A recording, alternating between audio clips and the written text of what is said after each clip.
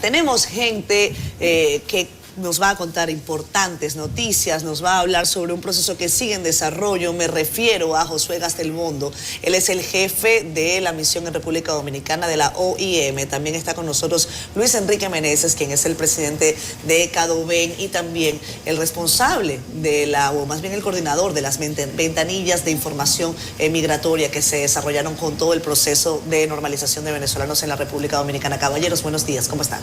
Buenos días. Hola, buenos días, Catherine. Es un gusto que estén con nosotros. Qué bueno que estén acá porque hoy se está cumpliendo el primer año desde que se inició este plan de normalización de venezolanos en la República Dominicana. Un plan que tengo entendido ha sido incluso de referencia para otros países, pero que quisiéramos nosotros determinar con ustedes cuál ha sido su alcance, cuál es el estatus que en este momento se tiene. Josué.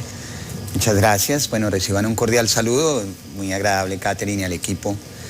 Sí, hace un año exactamente, en cumplimiento tanto de una orientación del presidente de la República como del Consejo Nacional de Migración, se inició un plan de documentación de venezolanos que se llamó Plan de Normalización Migratoria de Venezolanos, que consistió en permitirle de pasar de tener unas visas de turismo vencidas o permisos de turismo vencido que les dificultaba vincularse laboralmente, integrarse, tener cuentas bancarias, etcétera, a un proceso de documentarles y permitirles tener visa de trabajo y permiso de trabajo en el país o visa de estudio y permiso de estudio en el país.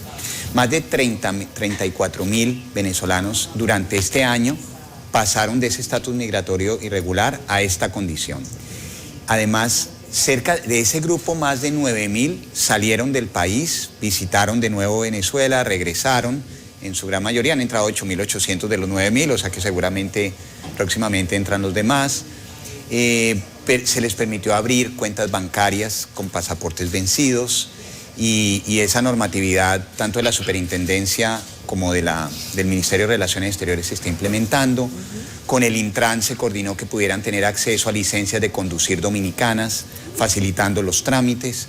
Igualmente está habiendo ingreso a la Tesorería de Seguridad Social desde la afiliación de los empleadores. Entonces lo que vemos realmente es una política de integración. El sentido de la documentación y habilitar la documentación de los permisos adecuados es fundamentalmente para posibilitar la integración y un mayor aporte al desarrollo económico del país. Son 34.000 en un año. Esa cifra responde más o menos a las expectativas de cuando comenzó el proceso. Luis. Bueno, realmente las expectativas estaban cifradas en las estadísticas que llevaba la Dirección General de Migración, que hablaba que para cuando comenzamos este proceso habían 114.050 venezolanos en la República Dominicana, de los cuales 100.000 estaban en situación irregular. Esas eran las estadísticas de la Dirección General de Migración. Entonces, sencillamente se pudieron registrar este número que indicamos de 34.000 venezolanos. Por supuesto, un tercio de lo que se aspiraba, por múltiples razones. Primero, porque al principio la gente no creía mucho en el plan. Inclusive dentro de las comunidades se hablaba que esto podía ser una relación o un listado para deportarnos después, o sea, censarnos y después empezar un proceso de deportación. Entonces la gente, eso eran rumores, o sea, eso nunca lo dijo nadie. También la gente se basaba en el proceso ordinario, que es un proceso relativamente más costoso, y pensaba que, bueno, no tenía acceso porque no tengo la oportunidad de pagar eso. Y así muchos no metieron a los hijos porque sencillamente eran 2 o 3 en la casa, entonces se metía uno en el plan y dejaba a los otros fuera. Eso nos llevó a esa cifra de los 34.000. Sin embargo, el proceso ya pensado en los que se registraron ha sido hasta ahora bastante exitoso. Al día de hoy ya tenemos el proceso, como decía Josué, tiene 3 fases. Una fase de registro, una fase de visado y una fase del permiso o el carnet de permanencia en la República Dominicana.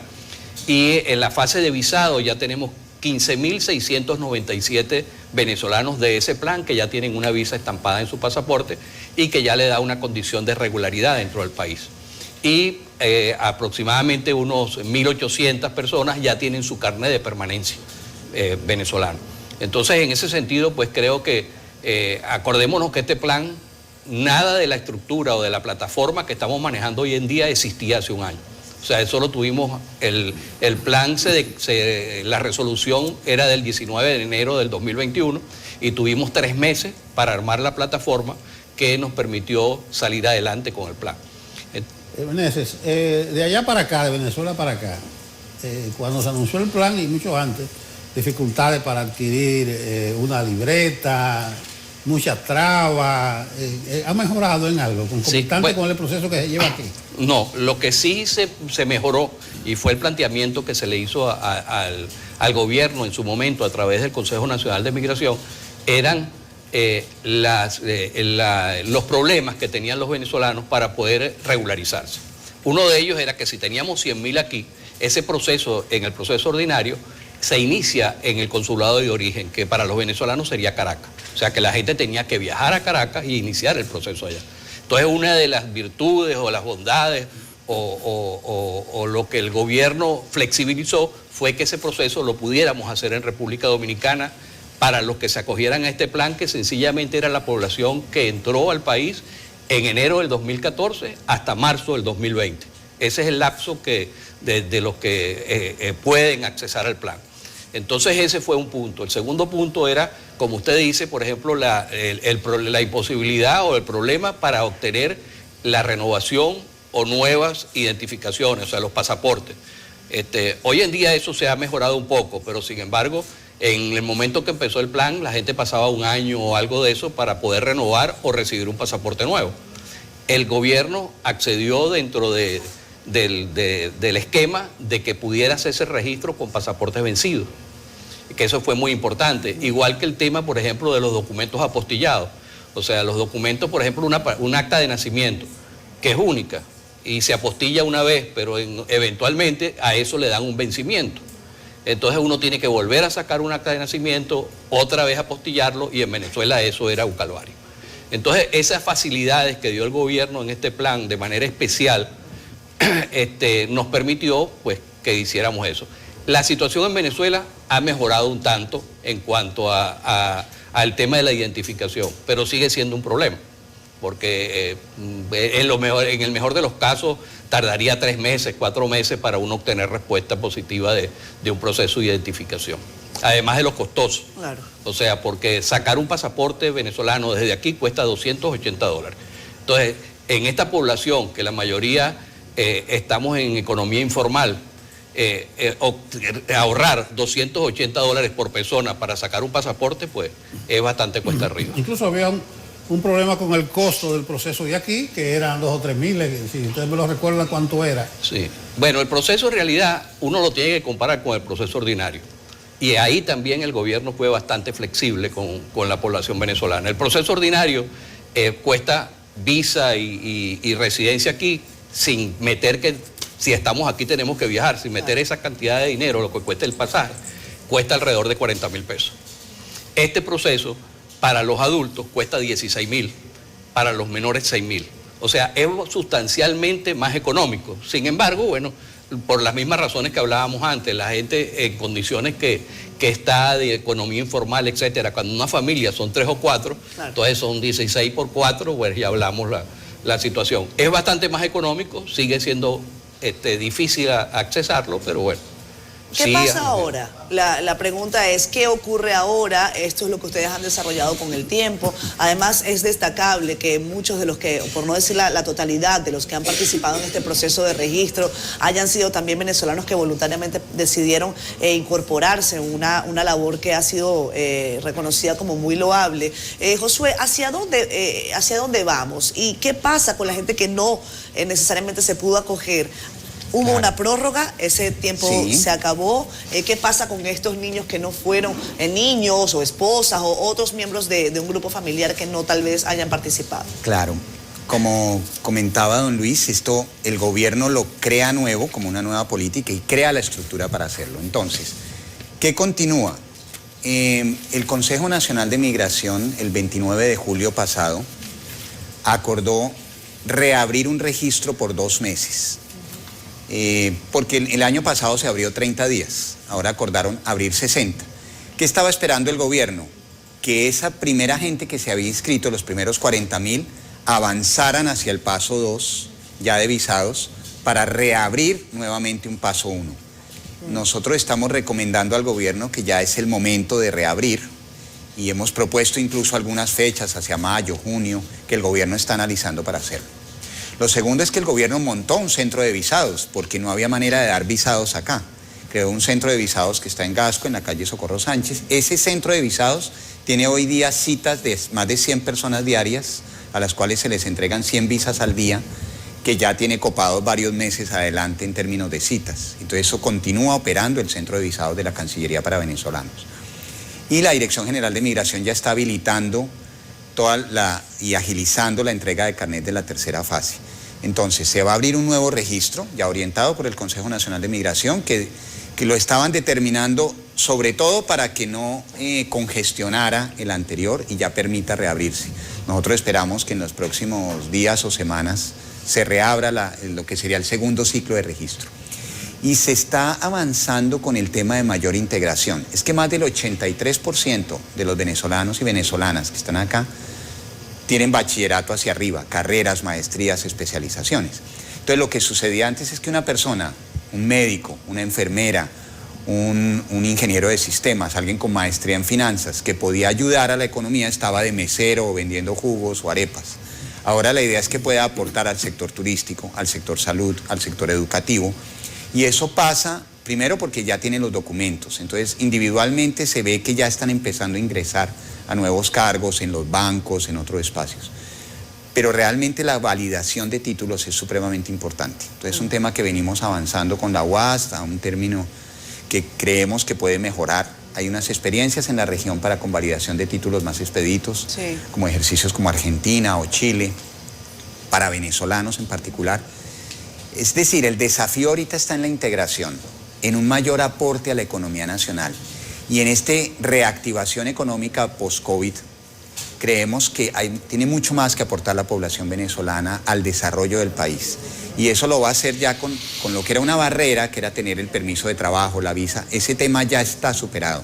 O sea, una persona llega con su visa de trabajo, su permiso de trabajo en el país y puede ser contratado de manera directa por cualquier empleador. Y ahí es donde ya creemos que se puede elevar el nivel de aporte y hacer un aporte más sustantivo al desarrollo. ¿Ese tema de reconocimiento de títulos no le correspondería al Ministerio de Educación Superior? Le corresponde al Ministerio y operativamente a la UAS, que hace como unos cursos de validación y unos pagos para homologación de títulos. Pero si vemos, el desafío es una mayor integración con mayor aporte, porque digamos el país no había vivido una oleada de mano de obra calificada o de migrantes calificados que pudieran ayudar más. El país trae una historia de mano de obra haitiana, no calificada para sectores agrícola, construcción, obra, pero realmente la oportunidad que hay ahorita es de aportar de manera sustantiva en conocimiento, en capacidades, en fortalecimiento del sector productivo, aprovechando una experiencia muy importante. Es decir, un momento en que en el restaurante El Gallego estaba trabajando de mesero un ex viceministro de Turismo, por ejemplo. Entonces, ahí pierden todos. Pierde el país, pierde el migrante, pierde. Entonces, el desafío es la integración, un mayor aporte al desarrollo. Ahorita, por ejemplo, en Blue Mall Punta Cana tenemos una exposición fotográfica de venezolanos que aportan a los sectores educativos, en deporte, en cultura, en gastronomía, mostrando que realmente ese es el camino hacia donde vamos, es la integración y el aporte al desarrollo, y la documentación es un medio para hacerlo. Entonces, lo otro es el rol de las asociaciones de venezolanos, que ha sido supremamente importante, y don Luis puede, digamos, comentarlo, porque han tenido un rol de interlocución con el gobierno y de alianza con el gobierno en el plan único en la región. En ningún lado de todos los planes que se han hecho en América Latina, las asociaciones, como una estrategia de comunicación como la de Globalízate Radio, que es de redes sociales dirigida por venezolanos, han estado en una alianza tan estrecha con el gobierno en los planes. Los planes en los otros países se hacen para los venezolanos, en República Dominicana se hace con y para los venezolanos. Y eso ha generado una impronta distinta y una característica que hace que la República Dominicana hoy se vea como un modelo de mayor participación ciudadana de los venezolanos en este proceso. Bueno, Luis, se cumple un año de este proceso. Como bien ustedes señalan, falta todavía trabajo por hacer. Si se abre un nuevo registro, quizás ese número crezca de manera sustancial y eso va a tener una serie de repercusiones. Pero quizás como una voz que está cerca de los venezolanos, del día a día, quizás es bueno tenerte acá también en momentos en que se habla de que hay muchos venezolanos regresando al país. Nelson me lo comentaba al principio, me decía, Catherine, tenemos que irnos al diálogo para que tú me cuentes qué es lo que está pasando allá. Y es bueno que tú nos comentes cuál es la sensación de muchos venezolanos que siguen preocupados, por supuesto, por su país natal y que han encontrado en República Dominicana una segunda casa que a veces se convierte en primera. Sí, sí, gente como yo, por ejemplo, hasta hace poco decía que esta era mi casa y mi hogar estaba en Venezuela, pero ya yo tengo 26 años aquí, o sea, yo tengo todo aquí. Ya yo no tengo mucho que buscar en Venezuela, raíces, amigos, familia, etcétera, pero mi vida está aquí. Y así está mucho. Ahí ha habido algo importante, o sea, acuérdate que poder regresar a Venezuela significaba, por ejemplo, que fue algo que no mencioné antes, en la fase de registro que se hizo de este plan, lo que se hizo fue que regularizamos la situación de los venezolanos en el país, pagando una tarifa única por sobreestadía de 6.500 pesos. A la persona que había entrado en enero del 2014, eso, si fuera por la vía ordinaria, hubieran sido 40.000 pesos. Entonces, 40.000 pesos, más un pasaje, más los impuestos, etcétera, la persona no podía salir del país. Entonces, este proceso va a sincerizar los que estamos aquí. Muchos se están regresando porque se querían regresar. O sea, aquí hay gente en estado de extrema pobreza venezolanos, bien vulnerables. O sea, que es como uno dice, bueno, está pasando trabajo aquí, si me puedo ir a mi casa, pues mejor lo paso en mi casa. Claro. Y se han ido personas que han aprovechado precisamente las circunstancias del plan, que ya se han normalizado y que pueden regresar sin mayor problema al país. Sin embargo, hay otra cantidad de personas que están aquí en el país, como hablábamos, o sea, las estadísticas nuestras, o sea, por las ventanillas de información, o sea, que lo mencionaba Josué, lo más importante de esto, nosotros creamos una estructura, una plataforma que se llama las ventanillas de información migratoria, donde atendemos de manera presencial a los venezolanos que así los deseen. De esas 36.000 personas, 12.500 han pasado por las ventanillas. O sea, que han ido a expresar sus problemas, le hemos hecho los hemos ayudado con el papeleo, les hemos escaneado los documentos para subirlos a las plataformas, bien sea del Mirex o de la DGM. Todo ese servicio se lo prestamos de manera gratuita a los venezolanos. O sea, no hace falta gestores. Ahí va la gente y ahí resuelve su problema de registro, de solicitud de visa, de solicitud de permiso. Eso ha sido muy importante porque además las ventanillas, que lo mencionaba Josué, la atienden venezolanos. Muchos de ellos que aplicaron para este registro. Entonces, ellos fueron los conejillos de India para después nosotros replicar eso hacia el resto de la población. Entonces, hay ese interés de que yo tengo el problema que tú tienes y entonces vamos a resolverlo juntos. Entonces, eso ha sido exitoso en las ventanillas.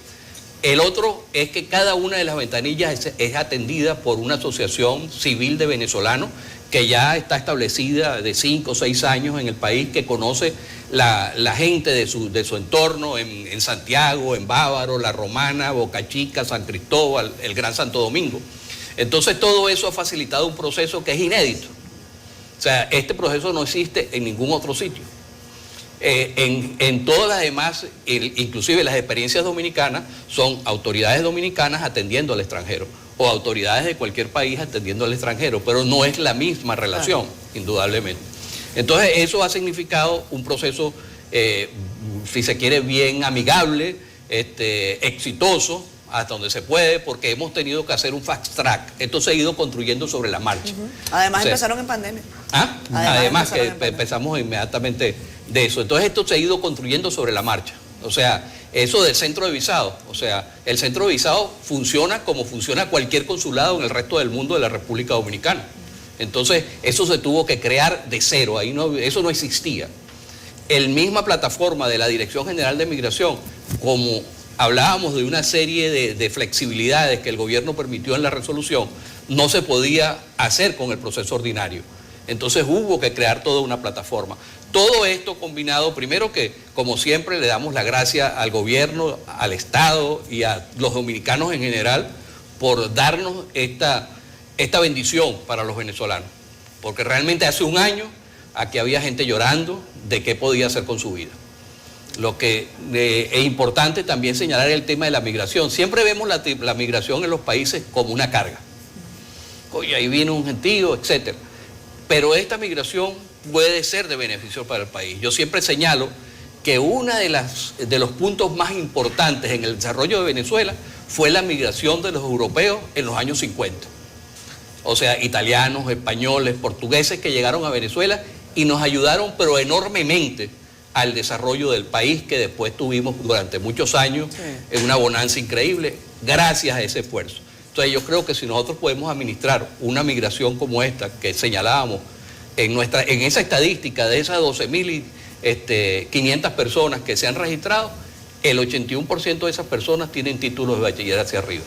Y esa es una formación que tiene un costo, que le costaría al país poner una persona con ese nivel de educación y con experiencia, le costaría un dinero importante. O sea que si nosotros podemos insertarlos en la sociedad, en el sistema socioeconómico del país, pues yo creo que República Dominicana va a ganar.